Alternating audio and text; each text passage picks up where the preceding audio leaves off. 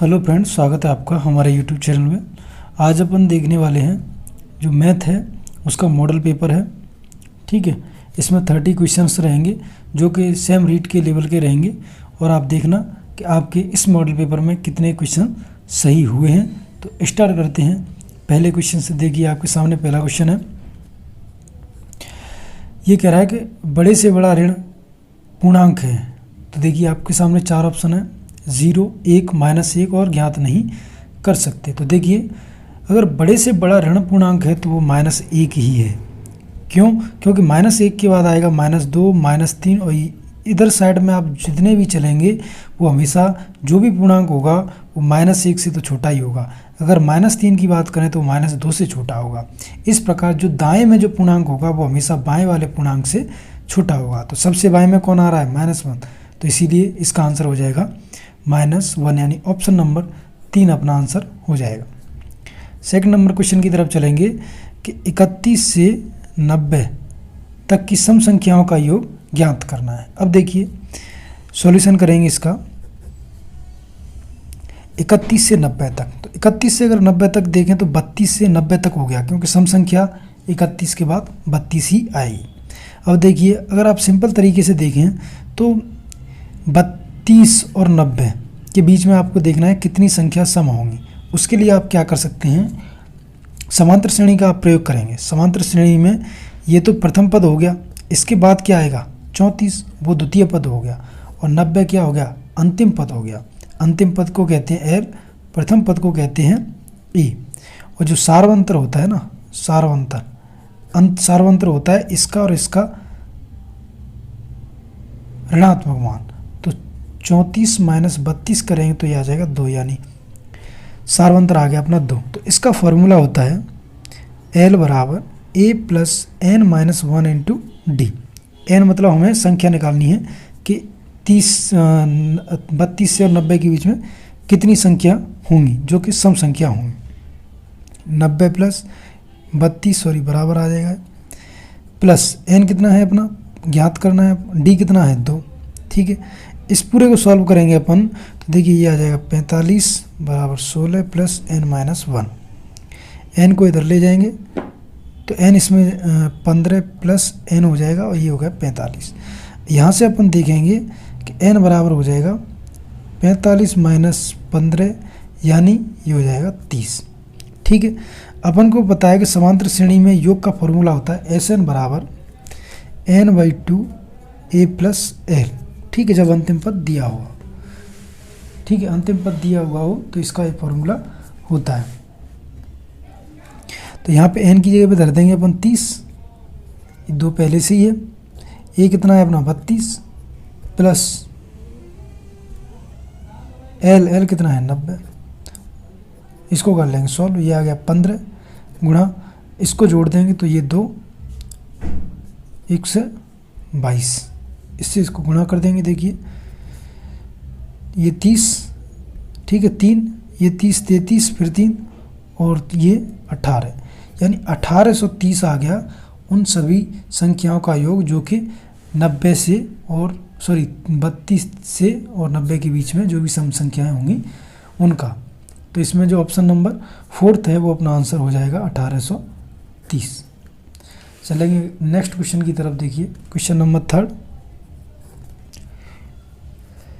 ये कह रहा है 93 कि -1/27 की पावर -2/3 का मान क्या होगा। देखिए सिंपल है, -1/27 -2/3। अगर इस माइनस को अपन को प्लस करना है तो ये संख्या आपस में उल्टी करनी पड़ेगी। तो ये हो जाएगा -27 2/3, ये माइनस उठ गया जाएगा।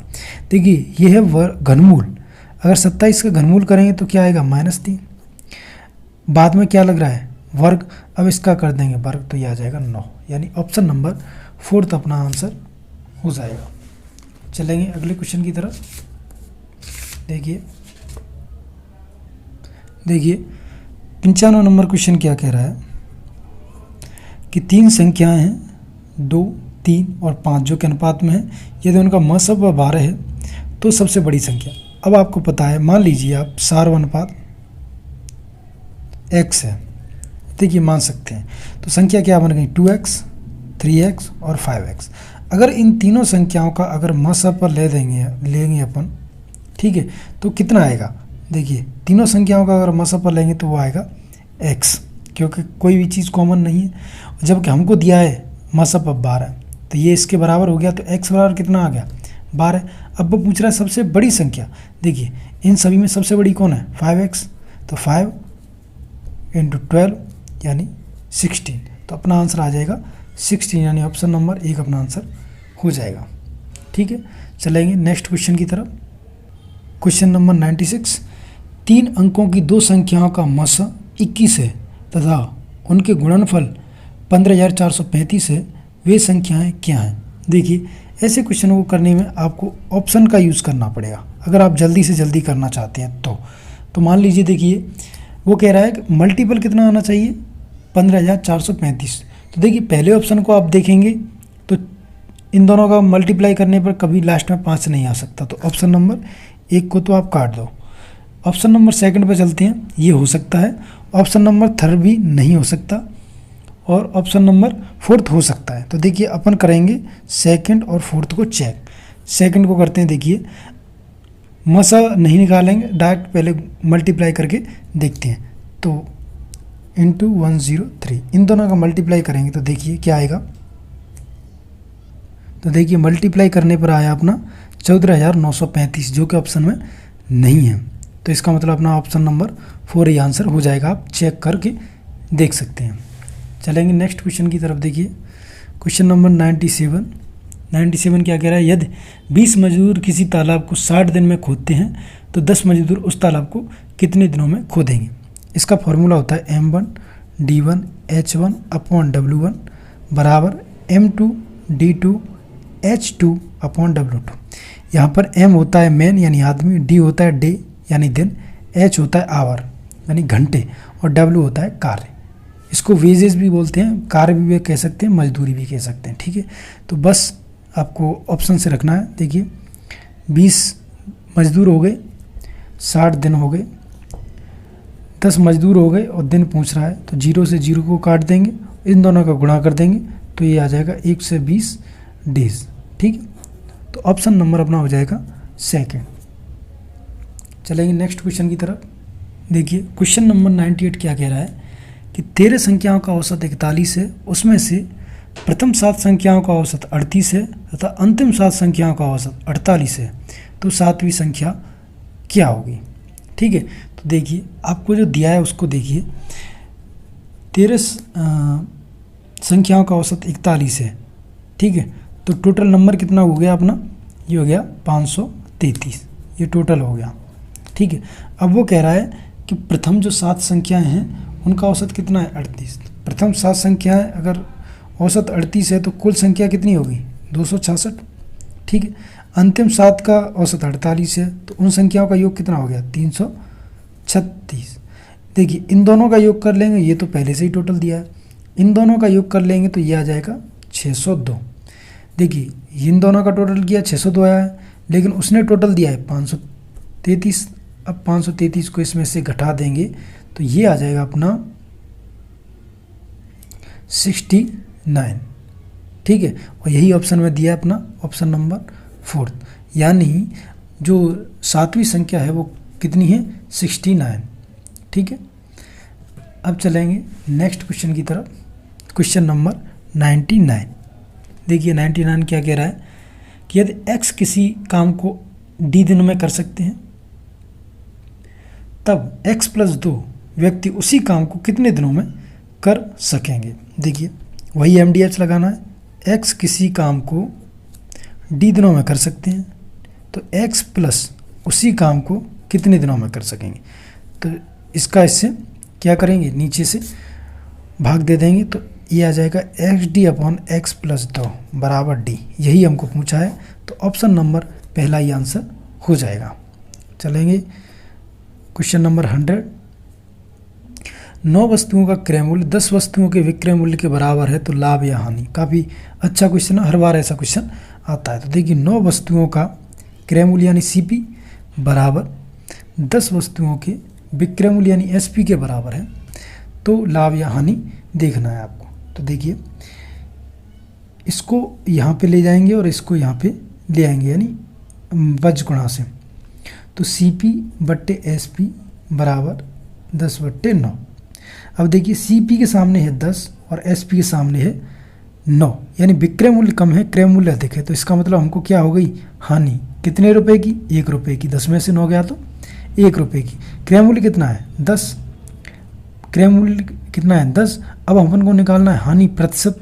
तो हानि प्रतिशत का फॉर्मूला क्या होता है, हानि बट्टे क्रय मूल्य गुणा 100। इससे इसको काट देंगे तो 10% की हमको हानि हो गई, यानी ऑप्शन नंबर अपना 3, ऑप्शन नंबर 3 अपना आंसर हो गया। ठीक है, नेक्स्ट चलेंगे अगले क्वेश्चन की तरफ। अगला क्वेश्चन है, देखिए क्वेश्चन नंबर 101। 101 कह रहा है कि कोई दुकानदार 30 कलम बेचता है तथा 10 कलमों के विक्रय मूल्य के बराबर लाभ कमाता है। देखिए बेचता है यानी SP कितना होगा, 30 रुपये। ठीक है, अब वो कह रहा है जो लाभ हो रहा है वो विक्रय मूल्य के बराबर हो रहा है। तो लाभ मान लीजिए कितना हुआ है उसका, 10 रुपये। ठीक है, एक कलम अपन ने, एक जो कलम है उसका मूल्य मान लिया है 1 रुपये। इस हिसाब से अपन कर रहे हैं इसको। तो देखिए ये क्या हो गया, SP, ये हो गया लाभ। तो CP यानी क्रय मूल्य अपन कैसे निकाल सकते हैं, 30 - 10 = 20। 20 रुपये क्या हो गया उसका क्रय मूल्य हो गया। अब क्या निकालना है अपन को, लाभ परसेंट। लाभ परसेंट का फॉर्मूला होता है लाभ बट्टे क्रय मूल्य गुणा 100। तो लाभ कितना है अपना 10, क्रय मूल्य कितना है 20 और गुणा 100। इस 0 से ये कट गया, इससे इसको काटेंगे तो ये 50% आ जाएगा, यानी ऑप्शन नंबर 3 अपना आंसर हो जाएगा। चलेंगे अगले क्वेश्चन की तरफ। देखिए अब चलेंगे क्वेश्चन नंबर 102 की तरफ। देखिए 102 नंबर क्या कह रहा है कि 40 वस्तुओं का क्रय मूल्य 45 वस्तुओं के विक्रय मूल्य के बराबर है, तो सौदे में लाभ या हानि प्रतिशत। ये तो सेम पहले वाला ही क्वेश्चन हो गया। 40 वस्तुओं का क्रय मूल्य यानी CP 45 वस्तुओं के विक्रय मूल्य यानी SP के बराबर है। तो देखिए CP बट्टे SP, ये 45 के नीचे चला गया 40। तो SP कम है और CP ज़्यादा है, तो इसका मतलब हमको हो गई हानि। कितने रुपए की, 5 रुपये की।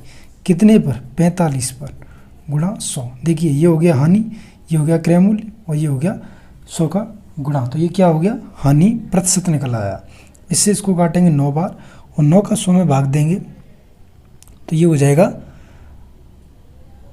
यानी 11 सही 1/9% की हानि। 11 सही 1/9% की हानि। तो यानी ऑप्शन नंबर अपना 3 इसका आंसर हो जाएगा। चलेंगे नेक्स्ट क्वेश्चन की तरफ। देखिए क्वेश्चन नंबर 103। 1600 रुपये का 10% की वार्षिक दर से 2 वर्ष का साधारण ब्याज ज्ञात करना है। साधारण ब्याज का फॉर्मूला क्या होता है, देखिए मूलधन गुणा दर गुणा समय बट्टे 100। ठीक है, देखिए साधारण ब्याज ज्ञात करना है। मूलधन उसने कितना दिया है, 1600 रुपये, गुणा 10% दर है और समय कितना है, 2 वर्ष। सिंपल, सिर्फ मान रखना है। इससे 2 0 से ये 2 0 करेंगे, इसका इससे गुणा करेंगे 32 और इसका इससे करेंगे तो 320 रुपये अपना क्या आ गया, ब्याज। यानी ऑप्शन नंबर 1 इसका आंसर हो गया। चलेंगे अगले क्वेश्चन की तरफ। 104। 6 संख्याओं का औसत 8 है, उसमें से कौन सी संख्या 7 संख्या जोड़ी जाए कि उनका औसत 10 हो जाए। देखिए अपन को बताया कि 6 संख्याओं का औसत 8 है, तो कुल संख्या कितनी हो गई, तो वो हो गई 48। ठीक है, जो संख्या है वो कितनी है, 48। अब वो कह रहा है कि कौन सी संख्या जोड़ी जाए कि औसत है वो 10 हो जाए। तो देखिए मान लीजिए आपने 48 में संख्या x जोड़ दी। ठीक है, अब इसका निकाल लिया आपने औसत, तो राशियों का योग हो गया दोनों को जोड़ के। तो राशियों की संख्या कितनी है फिर, 7 संख्या जब भी तो हो रही है, और इसका जो औसत है वो कितना आया है, 10। सिंपल, राशियों का योग बट्टे राशियों की संख्या वही होता है औसत, वो दिया है अपना 10। यहाँ पे 1 रख लिया, 5 गुणा कर देंगे तो ये हो गया 48 + x बराबर 70। यहाँ से x आ गया 70 - 48, इसमें से इसको घटाएंगे तो ये आ जाएगा अपना 22, यानी वो कौन सी संख्या है जो अपन जोड़ेंगे, तो वो है संख्या 22, यानी ऑप्शन नंबर 1 इसका आंसर हो गया। चलेंगे नेक्स्ट क्वेश्चन की तरफ। देखिए 105 नंबर क्या कह रहा है, 1 से 100 तक की अभाज्य संख्याओं का योग। देखिए ये तो याद करने वाली चीज़ है, इसमें ऐसा कुछ है नहीं, ये आपको रटना ही पड़ेगा, ठीक है। तो 1060 होती है, यानी ऑप्शन नंबर 3 इसका आंसर हो जाएगा। 1 से 6 पे चलते हैं अपन। एक वर्ग की प्रत्येक भुजा 14 सेमी है, इस पर 1 सेमी भुजा की वर्गाकार ईंट है, तो वर्ग का प्रत्येक विकर्ण कितनी ईंटों से गुजरेगा। आप सोच के चलिए, ये कोई वर्ग है, ये भी 24 है, ये भी 24 है, ये भी 24 है और ये भी 24 है, इसका ये हो गया विकर्ण, ठीक है। ये विकर्ण हो गया तो ये इसकी भुजा हो गई, ये भी इसकी भुजा होगी, तो ये क्या हो गया, एक समकोण त्रिभुज। तो यहाँ से अपन कर्ण का स्क्वायर बराबर आधार का स्क्वायर प्लस लंब का स्क्वायर, ये फॉर्मूला लगा देंगे। जब इस फॉर्मूले को लगाएंगे तो मान लीजिए आपने कर्ण मान लिया डी, तो डी स्क्वायर ए स्क्वायर प्लस ए स्क्वायर, तो ये क्या हो गया 2a स्क्वायर, ठीक है। ये भी डी स्क्वायर। अब दोनों तरफ आप ले दिए वर्गमूल, जब आप दोनों तरफ वर्गमूल ले लेंगे तो ये बचेगा आपका डी √2a। ए कितना दे रखा है 24, तो √2 गुणा 24, यही अपना आंसर हो जाएगा, जो कि ऑप्शन नंबर 3 है। ऑप्शन नंबर 3 है इसका आंसर है। चलते हैं अगले क्वेश्चन की तरफ। देखिए 107 नंबर क्वेश्चन,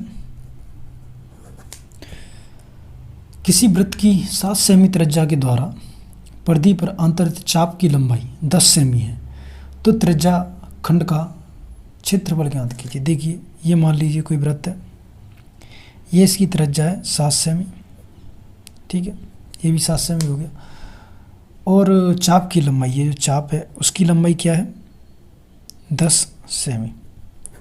तो कह रहा है कि त्रिज्य खंड का क्षेत्रफल ज्ञात किया, यानी इसका क्षेत्रफल अपन को ज्ञात करना है। तो इसका डायरेक्ट फॉर्मूला होता है त्रिज्य खंड का क्षेत्रफल बराबर 1/2 त्रिज्या यानी r गुणा चाप की लंबाई यानी l। त्रिज्या दी हुई है 7, l दिया हुआ है 10, इससे इसको काटेंगे 5 बार, इन दोनों का गुणा कर देंगे तो 35 सेमी स्क्वायर, ये इसका आ गया क्षेत्रफल, यानी ऑप्शन नंबर 1 इसका आंसर हो जाएगा, ठीक है। चलेंगे 108 की तरफ। एक समबाहु त्रिभुज और एक षटभुज का परिमाप समान है, तो उस त्रिभुज तथा षटभुज के क्षेत्रफलों का अनुपात क्या होगा। देखिए सबसे पहले अपन को देखना पड़ेगा इनकी भुजाएं। तो देखिए दिया है, मान लीजिए त्रिभुज की भुजा ए है, ठीक है, और जो षटकोण है उसकी भुजा है वो बी है, तो ये दिया है 6 गुणा b, यानी ये क्या आ गया, परिमाप आ गया। ये मान लीजिए अपने त्रिभुज का परिमाप 3 है और षटभुज का परिमाप 6b, ठीक है, ये उसने दिया है कि ये बराबर है आपस में। तो यहाँ से अपन निकाल लेंगे a बराबर है b/6/3, यानी 2/1, ठीक है। अब निकाल लेंगे क्षेत्रफलों का अनुपात। सबसे पहले त्रिभुज का क्षेत्रफल निकालेंगे। देखिए त्रिभुज का क्षेत्रफल बट्टे सम षटभुज का क्षेत्रफल। त्रिभुज का क्षेत्रफल होता है √3/4 भुजा स्क्वायर एंड ए स्क्वायर, और इसका जो फॉर्मूला होता है वो होता है 3√3/2 टी स्क्वायर, ये भी भुजा स्क्वायर होता है। तो देखिए इस 3 से ये 3 कट गया, ठीक है, इस 2 से ये 2 कट गया, तो यहाँ पे क्या बचा, यहाँ पे बचा ए स्क्वायर बट्टे 2/3 टी स्क्वायर, ठीक है। अब देखिए इसको भी सॉल्व करेंगे तो ये हो जाएगा ए स्क्वायर बट्टे 2 यानी 6, इसका इससे मल्टीप्लाई हो जाएगा, 3 का 2 है 6 टी स्क्वायर। तो यहाँ पे अपन मान रख देंगे, ए स्क्वायर कितना है, ए कितना है अपन का मान 2, तो 2 का स्क्वायर करेंगे तो कितना हो जाएगा 4, टी स्क्वायर टी कितना है 1, तो 1 का स्क्वायर करेंगे तो कितना आ जाएगा 1, तो 6 पहले से ही 1 ही हो गया, इससे इसको काट देंगे तो ये आ जाएगा अपना 2:3, यानी ऑप्शन नंबर 2 इसका आंसर हो जाएगा, ठीक है। अब चलते हैं नेक्स्ट क्वेश्चन की तरफ। देखिए क्वेश्चन नंबर 1 से 9। 1 से 9 नंबर क्या कह रहा है, एक समबाहु त्रिभुज के समान दो भुजाओं के मध्य बिंदुओं को मिलाने वाली रेखा की लंबाई 6 सेमी है, तो बताओ तीसरी भुजा की माप क्या होगी। सिंपल है, मान लीजिए ये कोई त्रिभुज है, इन दोनों के मध्य बिंदु ये हो गए, ठीक है। इनको जो मिलाने वाली रेखा है उसकी लंबाई कितनी है, 6 सेमी, तो इसकी लंबाई पूछ रहा है। आपको एक थ्योरम है, इस थ्योरम के बारे में पता होना चाहिए कि इन दोनों के जो मध्य बिंदुओं को मिलाने वाली रेखा होती है वो हमेशा क्या होती है, इससे आधी होती है। यानी ये 6 है तो ये कितना हो गया, 12, ठीक है, ये हो गया 12। तो आंसर कितना आ जाएगा अपना, ऑप्शन नंबर 3। ये थ्योरम होती है, हमेशा ध्यान रखना। 1 से 10 की तरफ चलेंगे। दिए गए चित्र के आधार पर x का मान ज्ञात कीजिए। देखिए आपको दिख रहा है x का मान ज्ञात करना है। यहाँ पे x ये रहा, ये 80 है, ये 45 है। अगर ये 80 है, ये 45 है, तो इसको अपन निकाल सकते हैं। 80 और 45, 1 से 25, ठीक है। अब अपन को पता है कि ये त्रिभुज के तीनों जो कोण होते हैं उसका मान 180 होता है, ठीक है। 180 होता है, इन दोनों का मान इतना है, तो इसका अपन निकाल देंगे। तो 1 से 80 में से 1 से 25 घटा देंगे तो ये 5 और ये हो गया 5, यानी 55 आ गया। ये आ गया 55, क्योंकि अपन को पता है ये जो कोण है इसको अपन कहेंगे रेखिक युग्म कोण। रेखिक कोण युग्म कोण होते हैं एक ही रेखा पर बने समस्त कोणों का योग 180 होता है। जब इन सभी का कोणों का 180 होता है, ये 55 है, तो इसको अपन निकाल सकते हैं ना। तो 1 से 80 में थे, जब अपन 55 घटा देंगे तो 1 से 25 आ जाएगा, जो कि ऑप्शन नंबर 3 है। तो इसका आंसर हो जाएगा ऑप्शन नंबर 3, ठीक है। इसके बाद देखते हैं सभी क्वेश्चनों को। 1 से 11 क्या कह रहा है, देखिए 1 से 11 कह रहा है कोई वस्तु कैसी है इसका निर्णय किया जाता है मापन से, मूल्यांकन से, परीक्षा से या उपयुक्त सभी से। तो आपको पता होगा कि मूल्यांकन से ही किया जाता है, तो ऑप्शन नंबर 2 इसका आंसर हो जाएगा 1 से 11 का, ठीक है। अब 1 से 12 की तरफ चलते हैं कि निदानात्मक परीक्षण के बाद छात्र की कमजोरियों को दूर करने हेतु जो शिक्षण दिया जाता है उसे कहते हैं निदानात्मक परीक्षण, उपचारात्मक परीक्षण, उपलब्धि परीक्षण या इनमें से कोई नहीं, तो उसको कहते हैं उपचारात्मक परीक्षण। ये ऑप्शन नंबर 2 इसका आंसर हो जाएगा। निदान के बाद हमेशा उपचार किया जाता है। 1 से 13 पे चलेंगे अपन। उपचारात्मक शिक्षण के संबंध में कौन सा कथन सही है। निरंतर चलता है, तत्काल किया जाता है, निदानात्मक कार्य के पश्चात संभव होता है या उपयुक्त सभी। तो इसका आंसर हो जाएगा उपयुक्त सभी, यानी निरंतर भी चलता है, तत्काल भी किया जाता है और निदानात्मक कार्य के पश्चात भी संभव है। यानी ऑप्शन नंबर 13 का 1 से 13 का ऑप्शन नंबर 4 हो जाएगा। चलेंगे 1 से 14 की तरफ। देखिए 1 से 14 कह रहा है कि गणित शिक्षण का खेल विधि से पूरा करने का सबसे अच्छा प्रयोग इंग्लैंड के किस शिक्षक ने किया। तो उस शिक्षक का नाम था कॉडवेल कुक, यानी ऑप्शन नंबर 1 ही इसका आंसर हो गया। अगला क्वेश्चन है, देखिए गणित शिक्षण में अध्यापक को सदा किस सूत्र का प्रयोग करना चाहिए। ज्ञात से अज्ञात की ओर, सूक्ष्म से स्थूल की ओर, सरल से कठिन की ओर या उपयुक्त सभी। तो इसका जो सही आंसर बैठ रहा है वो बैठ रहा है ऑप्शन नंबर 3, यानी सरल से कठिन की ओर अध्यापक को गणित पढ़ाना चाहिए। अब देखिए 1 से 16 पे चलेंगे। थोड़ा फास्ट हो रहा है लेकिन आप समझते चलिए। गणित पाठ्यक्रम को महत्व दिया जाता है क्योंकि गणित दैनिक जीवन में उपयोगी है, मानसिक शक्ति का विकास करती है, गणित का सामाजिक और सांस्कृतिक महत्व है, उपयुक्त सभी। तो 1 से 16 में ऑप्शन नंबर 4 हो जाएगा, क्योंकि उपयुक्त सभी होता है गणित के द्वारा सब कुछ किया जा सकता है। यानी इसमें जो ऑप्शन दिए हैं दैनिक जीवन में उपयोगी भी है, मानसिक शक्ति का विकास भी करता है और गणित के सामाजिक और सांस्कृतिक महत्व भी है।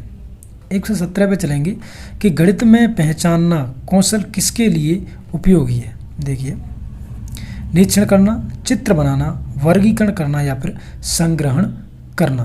तो देखिए जो वर्गीकरण करना होता है ना, वही किस में आता है, पहचान कौशल के लिए सबसे उपयुक्त तरीका है। तो वर्गीकरण कौशल में ही आता है किसी चीज़ की पहचान करना। तो ऑप्शन नंबर 3 इसका आंसर हो जाएगा। चलेंगे 118 की तरफ कि प्रारंभिक स्तर पर गणित शिक्षण का प्रारंभ होता है संख्या बोध, प्रमेय बीज, भिन्न बोध या फिर सक्रिया बोध। तो जो प्रारंभिक स्तर पर गणित शिक्षक का प्रारंभ करते हैं ना, वो हमेशा संक्रियाओं से करते हैं, यानी ऑप्शन नंबर 4 इसका आंसर हो जाएगा। बच्चे को प्लस, माइनस, भाग और गुणा इन सभी संक्रियाओं के माध्यम से ही बच्चे की पढ़ाई को स्टार्ट किया जाता है प्राथमिक स्तर पर। तो ऑप्शन नंबर 4 अपना आंसर हो जाएगा। 119 की तरफ चलेंगे कि बालकों में गणित के प्रश्नों को शीघ्रता व शुद्धता से हल करने में प्रयुक्त होता है सहायक सामग्री, अभ्यासकार, योजनाकार या फिर गृहकार। तो इसमें ऑप्शन नंबर 2 आंसर हो जाएगा। अभ्यास कार्य के द्वारा ही बच्चा किसी चीज़ को शुद्धता और शीघ्रता से कर सकता है। 120 क्वेश्चन नंबर कि गणित विषय का अस्थायी अधिगम होता है, यानी जब अपन गणित पढ़ाते हैं तो कब बच्चे को अस्थायी अधिगम होता है, स्थायी नहीं हो पाता। आगमन विधि से, विश्लेषण विधि से, निगमन विधि से या फिर संश्लेषण विधि से। तो ऑप्शन नंबर 3 इसका आंसर हो जाएगा। निगमन विधि के द्वारा अगर अपन बच्चे को पढ़ाएंगे तो वो गणित कैसा होगा, अस्थायी होगा, यानी निगमन विधि में रटने पर ध्यान दिया जाता है और इसीलिए यह अस्थायी ज्ञान के बारे में बताती है। ठीक है, इस प्रकार अपने 30 क्वेश्चंस पूरे हुए। आप बता दीजिए कि आपके इसमें कितने क्वेश्चंस सही हुए हैं। अगर वीडियो अच्छा लगा हो तो लाइक कर दें, ठीक है, और चैनल को सब्सक्राइब जरूर कर लें इस प्रकार के वीडियो को देखने के लिए। तो मिलते हैं अगले वीडियो में, जब तक के लिए जय हिंद, जय भारत।